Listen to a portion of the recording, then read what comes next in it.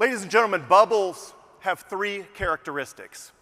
They tend to be a single cycle, boom, then bust, relatively short in duration, and crash back down to the baseline, which is either zero or the inflation-adjusted place of where they were before the boom.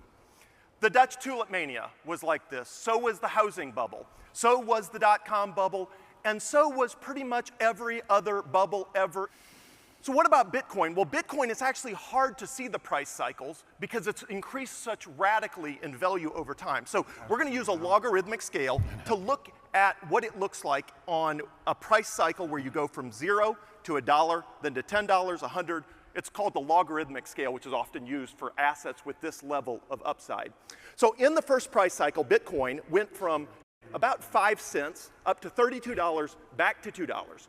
Now, if we were having this debate in 2011, you could be forgiven for believing it met 2 of the 3 criteria of a bubble, except that it landed at a price that was 40 times as high as the 5 cents that it started at. What happened next?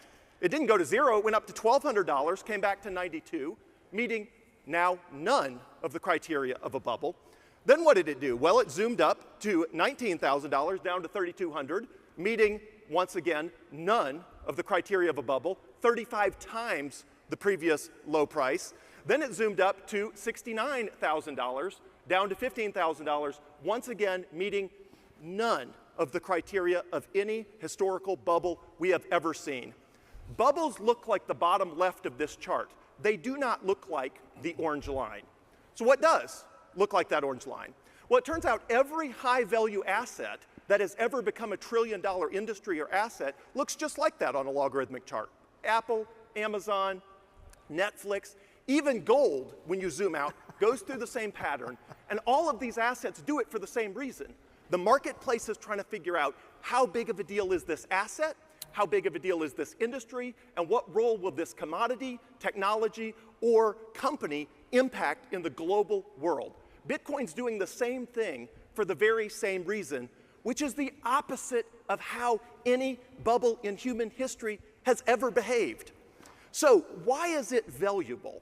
Well, for the first time in human history, we have a borderless, predictable, and scarce monetary asset. So what do I mean? Borderless because Bitcoin is decentralized. It's not controlled by any country, company, or anybody. And that means Bitcoin is not like fiat currencies, which is nothing but a bunch of fiefdoms all over the world. And borderless because you don't have to have the government's permission to cross a border with more than $10,000. Bitcoin is a decentralized and borderless currency that is valuable because the world has never had a universal worldwide currency that worked like Bitcoin. Bitcoin is also predictable, absolutely, completely unlike the Federal Reserve, where even the experts get it wrong every time. And having a money that is absolutely predictable is a very valuable characteristic. Also, Bitcoin is scarce, truly scarce. There will never be more than 21 million Bitcoin, ever, as opposed to fiat, which is as infinite as a politician's promises. So Bitcoin is the first truly scarce currency the world has ever had, and that is incredibly valuable. So when you sum that up, we have a borderless, predictable, and scarce monetary asset unlike anything the world has ever seen before, and it's doing exactly what you would expect it to do on its way to more than $1 trillion, which is where it is today, north of $1 trillion, solving the real-world problems of the need for a borderless, predictable, and scarce monetary asset. So, is Bitcoin a bubble?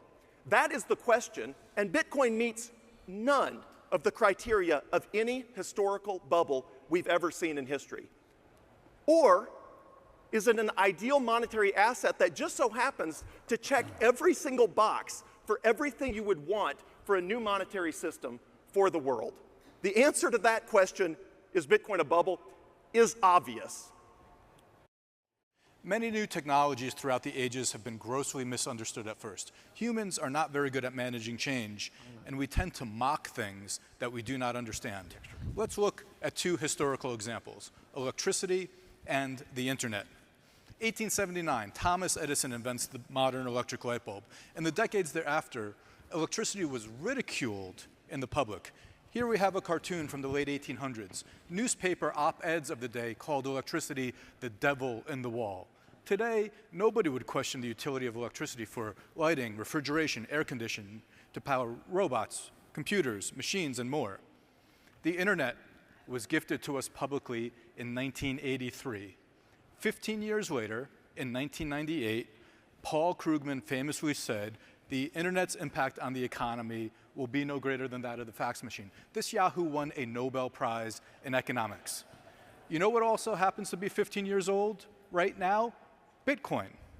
All seminal technologies throughout human history are only understood properly by the general population in hindsight. Bitcoin is one of the most important technologies ever invented for humanity, on par with fire and the wheel and the printing press, and yes, electricity and the internet, in terms of its import to humanity. 20 years from now, this will be obvious to everybody, but today let me give you a fundamental framework to help you understand why I know this with certainty. Bitcoin is both an asset and a network simultaneously. If you go to your computer, you can duplicate many things. A favorite photo, a file, a document. You cannot duplicate Bitcoin, the asset. It is a digital bearer instrument, much the same that dollar bills are physical bearer instruments. So with both Bitcoin and dollars, if I give them to you, or you take them from me, or I misplace them, they are gone. That is Bitcoin, the asset. But at the same time, Bitcoin is also a network. This is what is difficult for people to get their heads around. We have billions of dollars of Bitcoin miners. In other words, world-class data centers powering the most powerful computer network ever seen by history. And they are voluntarily running at great expense the Bitcoin protocol software.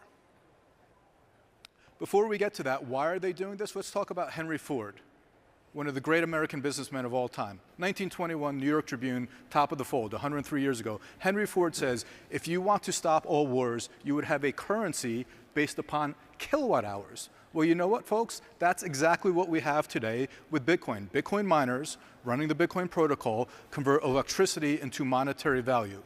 What is this Bitcoin protocol that I speak of? It is free and open source software. So it's very different than software that you would get from, say, Microsoft or Apple that you both have to pay for and is a black box. You have no idea how the code works. The Bitcoin protocol software, by contrast, is free for any human being to view, audit, and use. And part of what's written into the code is a hard cap on supply. No more than 21 million Bitcoin can ever be issued. Absolute scarcity. What does this all mean? Bitcoin is the most beautiful form of sound money ever invented. It is unseizable. If you want to be, you can truly be your own bank. It is uncensorable. Nobody can stop a Bitcoin transaction, unlike Visa or Venmo or your bank, who can censor any transaction they want. And it cannot be inflated away like politicians do with fiat currency, because they can never resist the allure of the central bank printing press. Why is this important? 250 years ago, our country was founded in part on this notion that we could separate church from the state. With Bitcoin, for the first time in human history, we have the possibility of separating money from the state, and this has profound implications. Bitcoin is 15 years old, was intentionally launched at the height of the great financial crisis. And during the past 15 years with Bitcoin, we have been seeing the birth of an entirely new financial system with the Bitcoin protocol as the base layer. Last time I checked, birth in nature is both volatile and violent. It is not a smooth process. And so with Bitcoin, we see the birthing of this new system expressed in the metric of the old system, dollar price. It's gone down 70% or more, 4 times over. It's going up and to the right forever on a logarithmic scale, because it is one of the most important technologies ever invented for human freedom. Bitcoin is not a bubble. With Bitcoin, we are seeing the birth of a new system that is critical for human freedom. All right, so how do you value Bitcoin? We know it's an ideal monetary system. We know it's not a bubble, according to the data. But how do we value it? Well, ARK Invest and the Chartered Financial Analyst Institute are the 2 best resources to get exactly what is the right price, how do you model it, and all of that. They put forward 4 models. We have time to look at 2, network effects and market size. So Metcalfe's law is how you value something that has network effects, whether it's a telegraph, telephone, the internet, anything that becomes more valuable when people connect to it. And it says the value of a network is proportional to the square of the number of users. So as the users go up linearly, the value of being on that network with everyone else that's on there goes exponentially.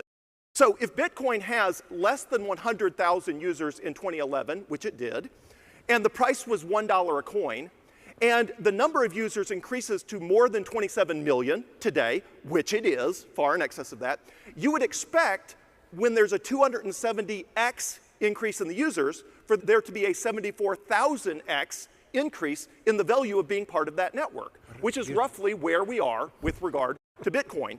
So again, you can square that 270x, you get 73,000x, or you can look at 27 million users squared as compared to 100,000 users squared.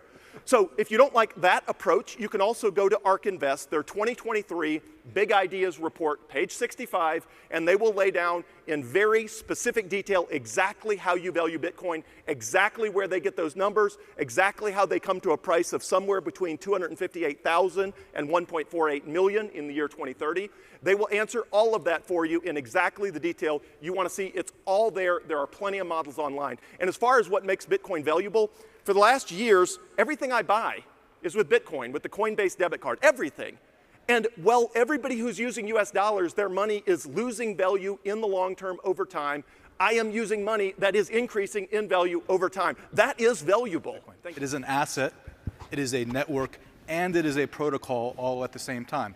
Bitcoin is a public database. Every transaction is out in the open. Here's an analogy for you. If I go back to my hotel room and I create an email address, yada yada at Gmail, and I send you a nasty email from that Gmail address, you're not going to have any idea who it came from. The FBI can figure out in 28 seconds who sent that email if they want to, that I was the generator. Same thing with Bitcoin. It's a public ledger. It's the last thing that people will use for nefarious activities. That's what they use dollars for. You hear that Bitcoin's not scalable. Again, this is a complete misunderstanding of the technology. Look at our banking system. We have this thing called the Federal Reserve, and dollars get settled at Fedwire. Nobody in this room has access to Fedwire. Most of you probably don't even know what Fedwire is. But post-World War II, we built our banking system in layers. We have commercial banks, and then we have things like ACH and SWIFT and wire transfers and ATM networks and credit cards and peer-to-peer systems like Venmo and PayPal, right? The internet was built in layers. In 1983, if you had the top internet technologists in the world and put them in a room and said,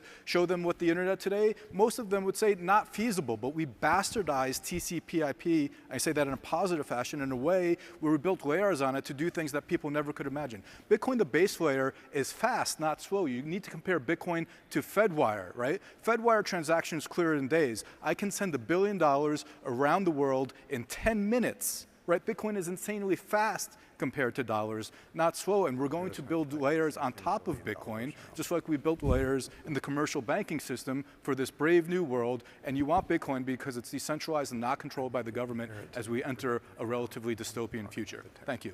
Would Bitcoin be easier to use for buying and selling if there was no capital gains tax on Bitcoin on transactions? Yes, absolutely. A lot of people are worried about that. Coinbase, with the Coinbase debit card, makes it super easy for you because it does it all for you in the background. It calculates all of that. But yes, a lot of people are concerned about that. Like if I buy something with Bitcoin that's appreciated, do I have to pay taxes on that? The answer is yes, but somewhere like Coinbase does all the work for you and makes it simple. But yes, and in El Salvador, where it is legal tender, you don't have to worry about that. Or in Prospera, where it's legal tender, you don't have to worry about that. DARPANET, the precursor to the internet, was created in the late 1960s. The public internet was given us in 1983.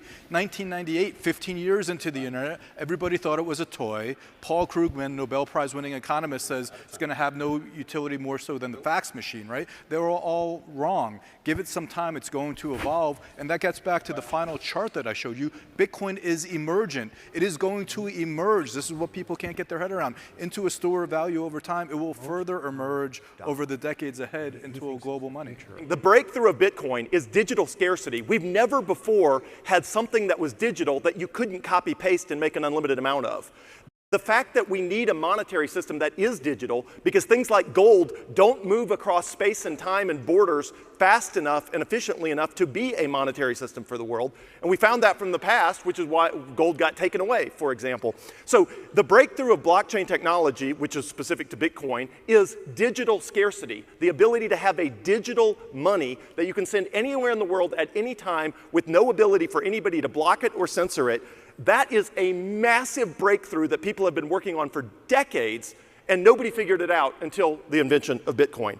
As far as spending Bitcoin directly, again, use a Coinbase debit card. The value is using a currency that the government doesn't print more of and therefore is not in a constant state of losing value. Like, how insane is it that we have a currency that is supposed to lose 2% of its value every year and generally loses 3, 4, 5, 6, 7, 8, 9%?